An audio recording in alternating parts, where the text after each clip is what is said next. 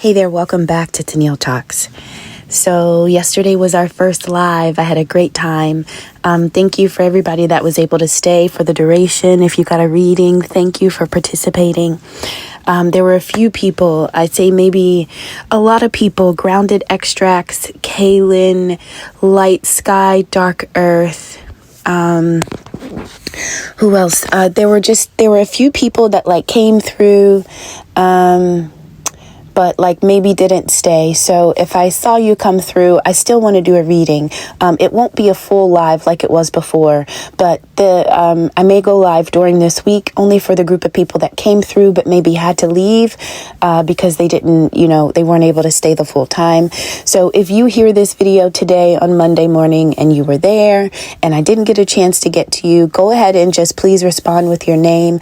I'm going to go back through because there are some people that I remember that I didn't speak just now, okay? So a live is coming for anybody that I missed on Sunday. Thanks, y'all. I love you. Okay, so we're going to start with the reading. I also want to mention, when I was doing my short stories for the morning messages, I was using my computer. I type all of my stories up. And so until my computer is fixed, I don't really, have access to kind of my flow. And so my short stories are going to continue, but I'm just going to kind of roll with it. Things are changing for me personally. And so my channel is going to reflect that I'm going through changes. These changes are not forever.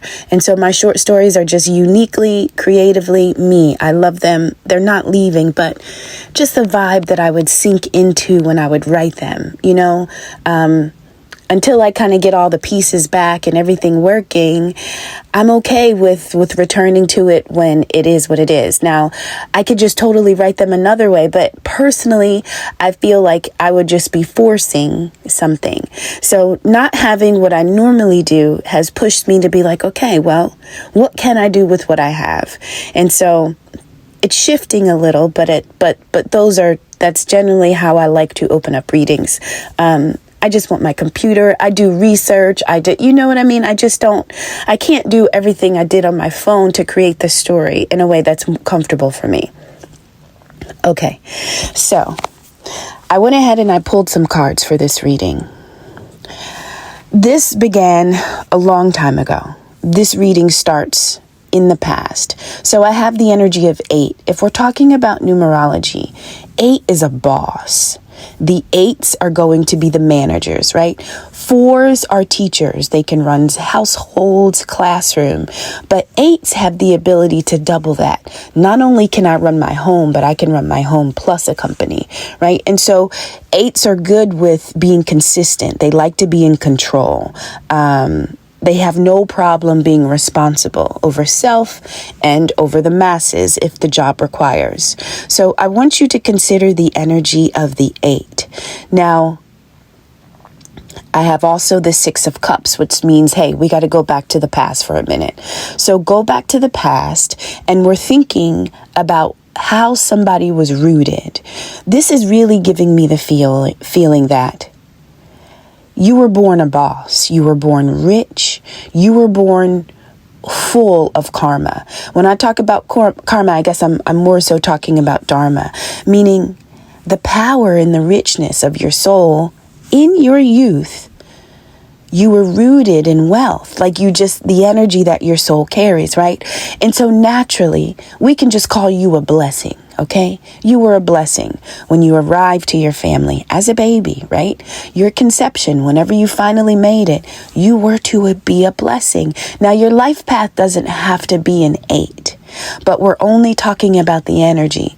So in the past, you were rooted into a family as a blessing. Maybe you were to grow and become this boss, this wealthy business owner, this wealthy CEO, this mogul. Maybe that was your path. Maybe that was your calling. But nonetheless, we have the energy of wealth on you in your youth. Meaning fulfillment, well-being, enlightenment. Those things were never to have escaped you. Wealth doesn't always, or blessings are not always financial. Sometimes it's being fulfilled. I was hungry and I ate What a blessing. I'm fulfilled, right? I'm not sick. A couple months ago, I was feeling ill. I could barely walk. What a blessing. The illness has left. Enlightenment. I was ignorant for so many years about this, but what a blessing. I can receive the knowledge. So this is what I'm talking about. Blessings are you, but blessings make their way unto you, right? Whether it's you needing to be fulfilled, you needing to be in full health, or you needing to be aware and conscious and have knowledge. Whatever it is, you were to be full. You were to be rich with choice, rich with promise. This is, you were the seed to the family. If your family took you as a seed in your youth, in your infancy, and if they planted you, and if they returned every day to water you, to kiss you, to hug you, to care for you, if they returned every day, the idea was whatever you would grow into, you would be a blessing. You would be able to bless them with fulfillment, well-being, and enlightenment, okay? Somebody made a bad choice. I have the crown chakra. The crown chakra is talking about knowledge, understanding, realization, self-realization, But the crown chakra connects to spirituality and the idea of being fulfilled, but it's being fulfilled consciously. It's consciously knowing that you're picking up the pieces, right? Now, 7 of 1, this talks about a choice. The way I described you as a seed, you only needed to be planted gently to grow. I have the fact that it's Wheel of Fortune now, okay? So let's say somebody knew you were a seed, right? Let's say your family, they know you're a seed. And so they decide, instead of looking at you as a blessing, instead of seeing you as a gift, instead of saying, oh my God, this child is so bright, this child is so sociable, they can, you know what I mean? When little kids are gifted, you can see it. You can see it and you can tell the difference in energies. That was you. But instead of watering you, bringing you light and nourishing you, they said, you know what? We're going to confine you. We're going to imprison you. We're going to keep you captive. You'll never be free. It's almost like they couldn't tolerate your gift. It was beautiful. It was a blessing, but it was too much for them to tolerate. I talked about sometimes how love, it can be overwhelming. For those that are just truly full of darkness, light is sometimes overwhelming. It is uncomfortable. And as a little child with a lot of light, just the way you walk through life, you have the ability, whoever you step in front of, you become their mirror. The way you smile, laugh, move, talk, everything about how you are living that moment in life when you are standing across from them. Whether the people are saying it to you or not, they are thinking, how come I can't smile like that? How come I don't know how to laugh? How come I can't connect things and speak and connect with people? Why am I not that sociable, right? So when a person of light stands in front of a being that is full of darkness, but maybe isn't ready to accept, embrace, or transmute their darkness, they're offended by the light, disgusted by the light. The light triggers them, right? Because you've exposed something. You've revealed something to themselves, about themselves, that they weren't ready to see. But the light never, the light isn't a time thing, It's not like, okay, the lights come on at 8 o'clock, everybody get ready, here come the lights. We never get a warning. You never get a warning, right? Exposure, if you knew what time the exposure was going to come, you probably wouldn't be where you needed to be because you'd want to avoid being exposed. And so a lot of times when you're crossing paths with light people, light experiences, light children, it's almost something you're not planning for, right? Your family didn't plan for you, but when they got you, they had to choose wisely, right? They could have went left. They could have went right. Whatever the choice they made, it has a consequence now. The choice that was made in your past about your energy, It was made because these people were stubborn. I have the energy of balance. This is about you being an earth angel. And whoever the false teachers were, a false teacher doesn't have to be a literal teacher in an education system or an education setting. A teacher is anybody that has the ability to instruct, guide, lead, assist. Anybody that you go to for guidance, right? And so people that were in positions of leadership or instructing or guiding, they were stubborn. They were bullheaded, right? They refused to listen to the fact that this seed, this child is a blessing.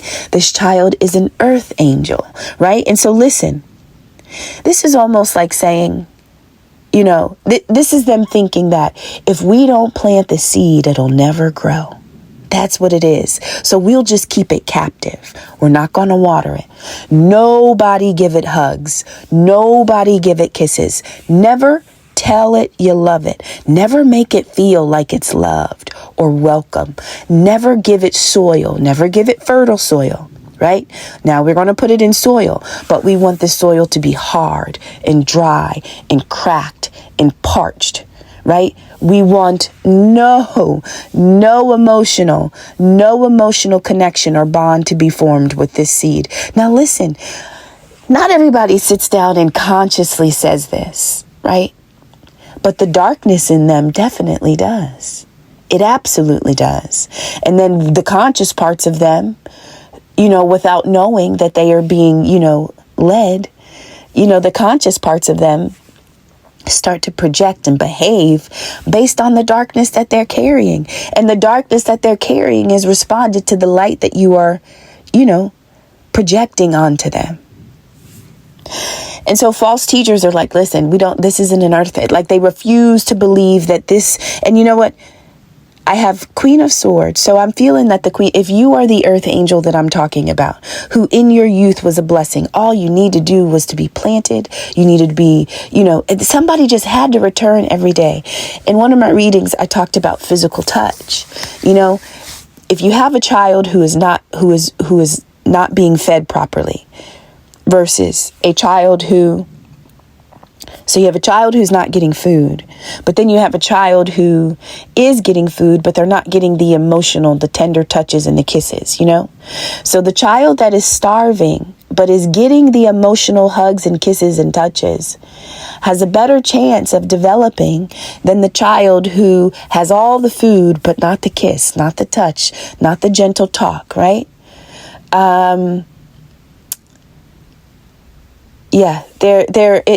But it talks about human connection. And I think in one of my videos I said, you know, I think 6 touches a day creates like a normal human.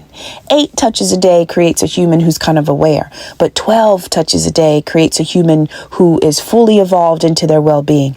And so it talks about the power of touch and how in our youth we need to be touched in a gentle, in a soft, so held and kissed. So as a seed, if you were not held, if you were always put in a crib, put in a bassinet, left alone, left to cry, this is my thing. So when I had when I finally had my first child, okay, when I had a child, you get all the opinions, you get all the advice. And so the women in my family, I crossed paths with my mom for a short period of time at the beginning of me becoming a mom, you know? And so she was talking about leaving, you know, when they cry, you got to leave them. When they cry, you got to leave them. And she was like, I used to leave you. I used to leave you and I used to put your bottle on your bed and you'd find it and you'd be fine. I wasn't running back and forth in there, you know. And I'm like, damn, as a baby, you decided to leave me as a baby and let me cry. Like y'all in this, and I heard, listen, if you did this with your children, I'm not judging you. Whatever your parenting style is, your parenting style is. But I'm just listening to this. Like as a mom, this is the advice that I was given. I'm in a room doing nothing. My child is crying. Now, yeah, they can be okay. Maybe they're not sick. Maybe, okay, fine. The reason for the cry, it doesn't matter to me. It is a cry. I don't need to justify the cry to decide if I am going to respond to it. And so the advice that I was given, I'm like, wow. I mean, there are whole systems of child rearing based on not touching, picking up. I want to fucking cry. There are whole systems about not picking up a child when they cry.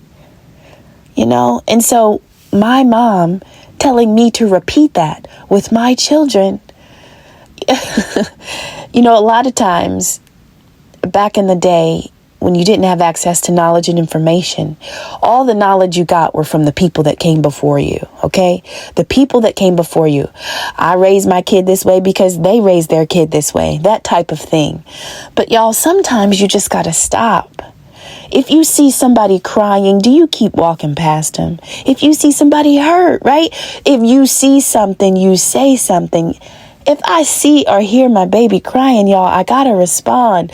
But the mentality of those people are also the mentality that when they cross paths with a child of light, they will do everything to keep that child captive. They will do everything to make sure that child is never free. Right? And so this is a reading about a choice that was made in the past. It is returning. This is karma. In the center of the reading, I have the Wheel of Fortune. And the karma for keeping a blessing captive as a result of being stubborn. Now, I don't know if the Queen of Swords, I have the Queen of Swords here. I don't know if the Earth Angel is carrying a Queen of Swords, no nonsense, no BS, cut through it type of energy, or if there was a stubborn Queen of Swords who was a false teacher who refused to believe that this was an Earth Angel. And when this Earth Angel balances, because I think that was a part of the thing. Listen, they're like, listen, choose how you seed this. Choose how you sow this seed, right? Because when this seed grows, when this seed matures, I feel like there was a clause. I feel like there was a disclaimer. There was something in the waiver that somebody was stubborn to. And they confined you, even having the knowledge, right? They had all the information and still made a poor choice. So some people can be conscious and still drop down to darkness. Some people can have access to wisdom, knowledge, and awareness and still ignore it, still suppress it. Y'all, that's the entire light collective. That's the entire light collective. They know we're here. The entire matrix is set up and established to hack the energy of the light beings. The entire matrix is made to subdue the light ones. That is it. And then all the NPCs and everything else, it kind of just falls in line without even knowing that it's playing a part in keeping certain seeds from being sown, certain seeds from being loved, kissed, nurtured. You know what I mean? Like, that is the point of it. And so this matrix is hard, it's cold, it's harsh. It lacks empathy. It lacks compassion. It lacks sympathy. Any system that says it's cool to just let y'all pay attention to nature. Pay attention to fucking nature. The matrix is not natural. The matrix is not nature. You are literally on an earth. We are walking around on an earth with species after species after species. Those are true teachers. Those are true teachers. The leaders of societies and communities in our work, those are the leaders of the matrix. The leaders of the matrix are leading this thing in a way that certain seeds will never be sown properly. Certain seeds will forever be kept in a vault.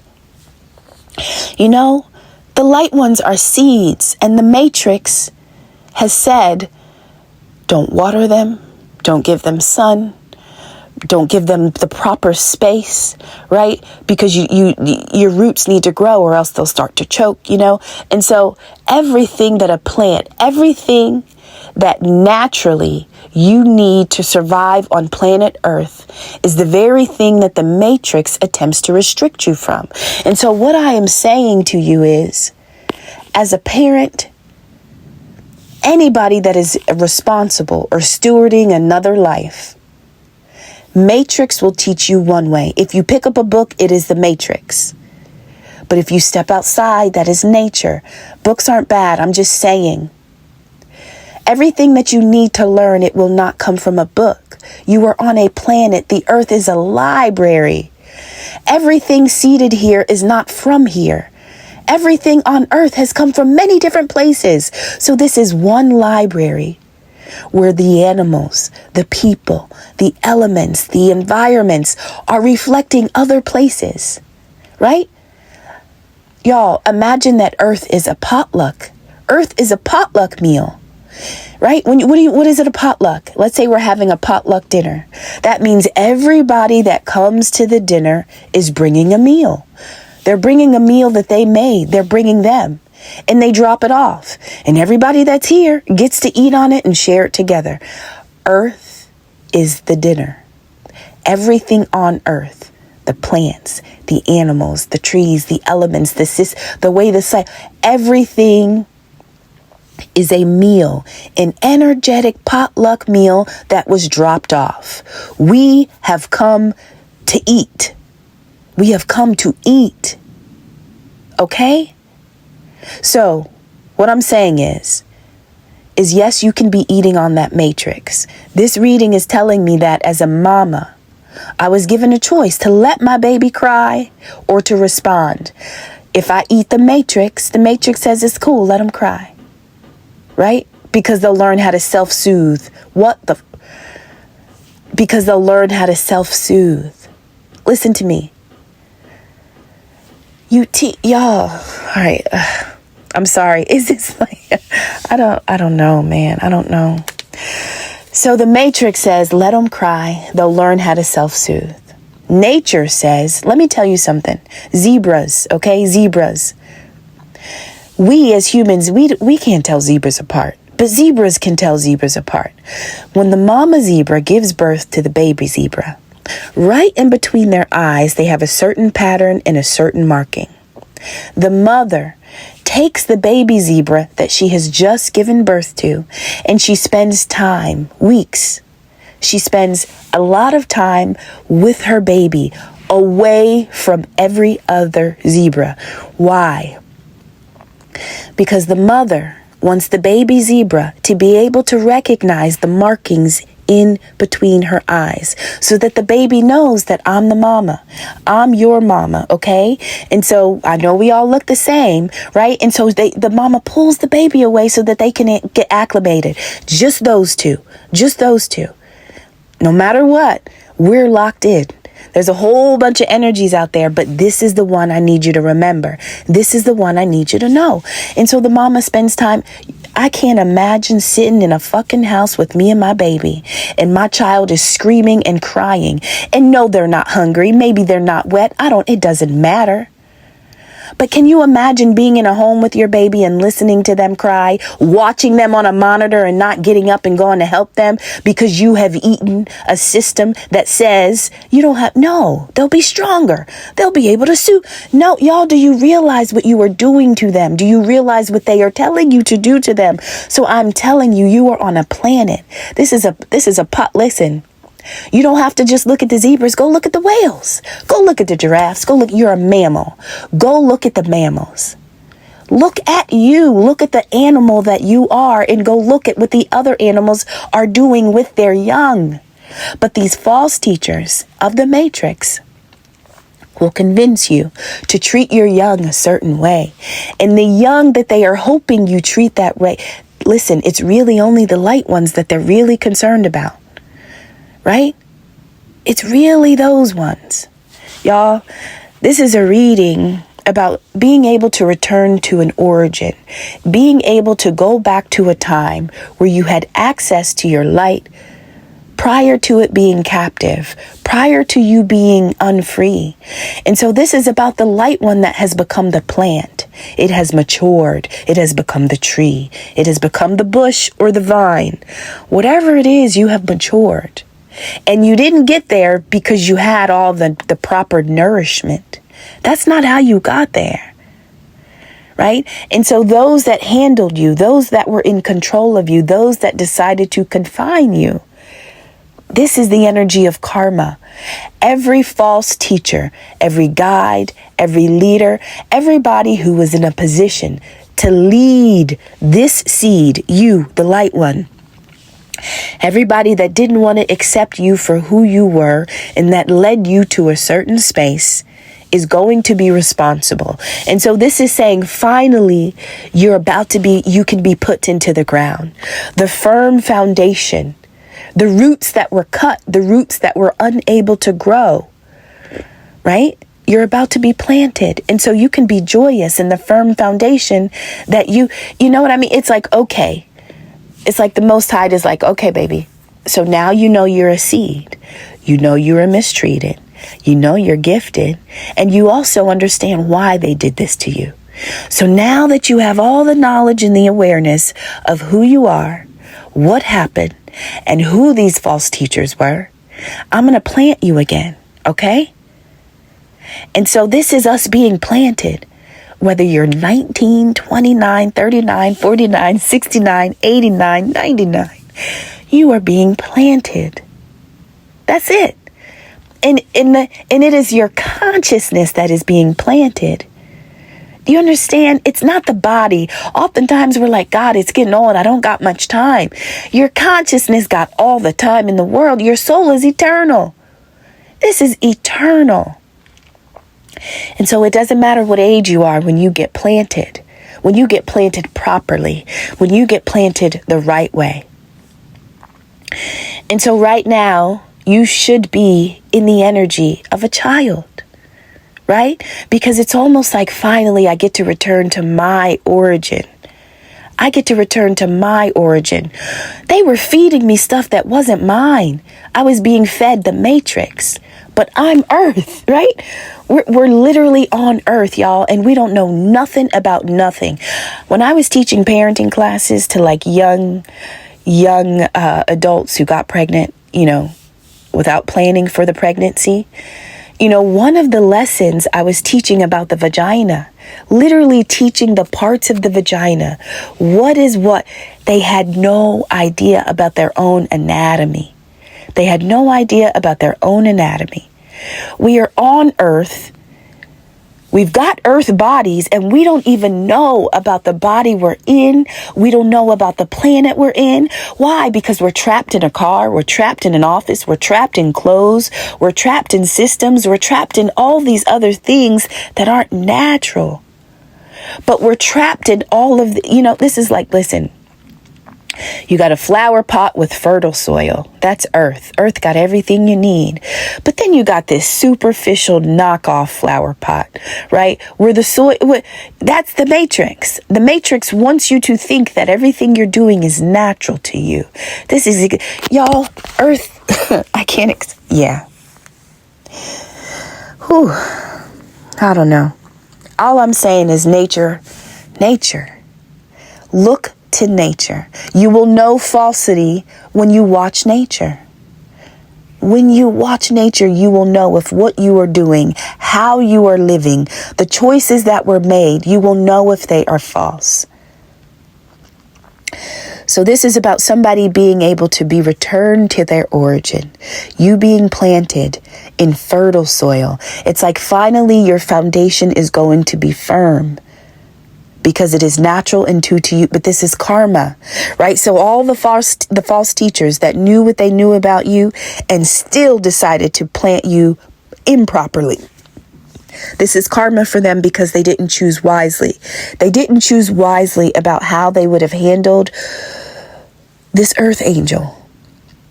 And so here's the thing.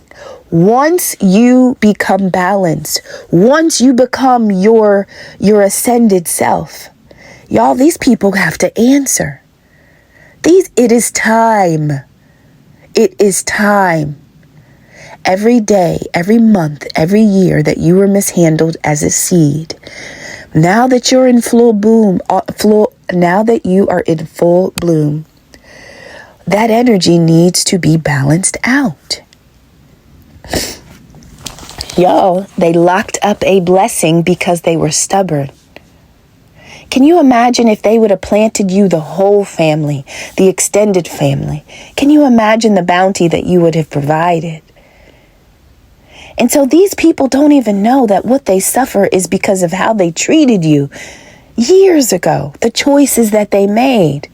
And so this is about people returning to the past, going back to what happened in your childhood. Those that had knowledge of you being this rich blessing, those that were too stubborn to accept it, are now going to have to face it because listen, when you want to cause justice, you want to make people pay for the shit they did to you, balance, ascend, get better, because they're tied to you. You know they're tied to you. Their energy is on you, right? And they're stable when you're unstable. You want to shake them off? You start getting in balance. When you start balancing the energy that they were feeding off of, when that starts changing, they can't eat anymore. This is like, you eating meat and them feeding off of you and you deciding, you know what, I'm going vegan. And they're like, fuck, I can't eat this shit no more. This ain't for me. I miss it when you used to eat meat. You know what I'm saying? So when they hooked onto you, you had a whole different diet. Energetically, you were consuming something that was also beneficial for them. But baby, when you start to ascend, when you start to balance, right? You start to change their diet. Now they can't eat the same things that they were eating off of you because you're ingesting a whole new energy, a whole new vibration. So now everybody got to eat different, right? But when you start changing the energies in their body, when they start feeding off of you, but you got light now, watch them get sick. Their body can't take it. Not initially. Right? And so that is the justice. Watching people attempt to feed or consume you in the same way they did before. But you're a vegan now, baby. You don't eat meat no more, right? And there's nothing wrong with meat. There's nothing wrong with veggies. I'm just trying to make it very concrete. When you ascend and when you come balance, you change your diet. This is when you're like, I'm not eating that. And so anybody that used to eat that with you or used to sit next to you because you were eating that and they could benefit, none of those people are going to show up to your table because the meal that you have set is unfit for them.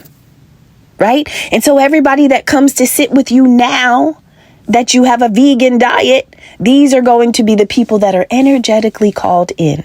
Right? But all them bottom feeders that kept you captive, that didn't want to grow, that didn't, you know what I mean? That didn't want you to become you. When you become you, that is karma. That's justice. That's judgment. You want to make them pay? Become you. You want to make them pay? Balance. You want to make them pay? Shadow work. Get better.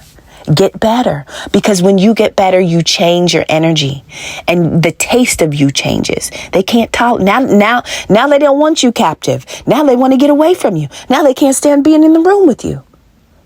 Energetically, they will regret the day that they decide to bind themselves, to hook into you. Anybody toxic that is hooked onto you right now, that doesn't want you to be free, that wants to keep you confined, I want you to start eating some good shit, and I want you to change your diet. I want you to eat good thoughts. I want you to eat good feelings. I want you to eat good habits. I want you to eat good behaviors, and I want you to eat it again and again and again. And the more you eat the good, you will make the assholes sick that decided to keep you captive. Shake them off of you. Shake them off of you by feeding them something that they never thought they would be able to eat. Feed them your light. Feed them the part of you that they didn't want to grow. Feed them the part of you that they refused to nurture, right? And so this is the thing about being a light being. You don't get bitter. No, you give them the food that they didn't want you to be able to feed them. The food that they rejected, that's the shit you feed them. But you got to ascend to get enough light to feed them. You got to feed all the dark ones that are on you. You got to feed them. So you get better, and you get better. And you convert your darkness that they were eating to light. And then you feed that shit back to them and you watch them get sick. That's justice. That's judgment. And their sickness really is for their good, because they won't be sick forever. Nothing lasts forever. Their sickness leads to their evolution. Right? They didn't want to spend time with you in the right way, and so they held you captive. Now you are out of jail. Now you are out of jail. In all the years that you were captive, somebody's got to atone. If you want people to pay, get better. That's it. That's the best thing you can do. Get better. Because they, in turn, are going to get sick. I love y'all. I'm going to put this together and post it later. Please respond if you know that you were on the live, if I mentioned your name, if I said hello, but you couldn't stay. I know some of us are in different countries. I think somebody was going to bed. So, if you know you were on the live, but you had to go, but I said hello to you. You said hello to me. We spoke. Please, I would like to give a reading for you. I'll just make a separate video. And if that is for you, you guys watch that one. Respond to this video, okay? With your name so I can get my list together for you. I love you so much. This is our morning message for Monday. Have a beautiful day, y'all. And I will see you face to face tonight. Bye-bye.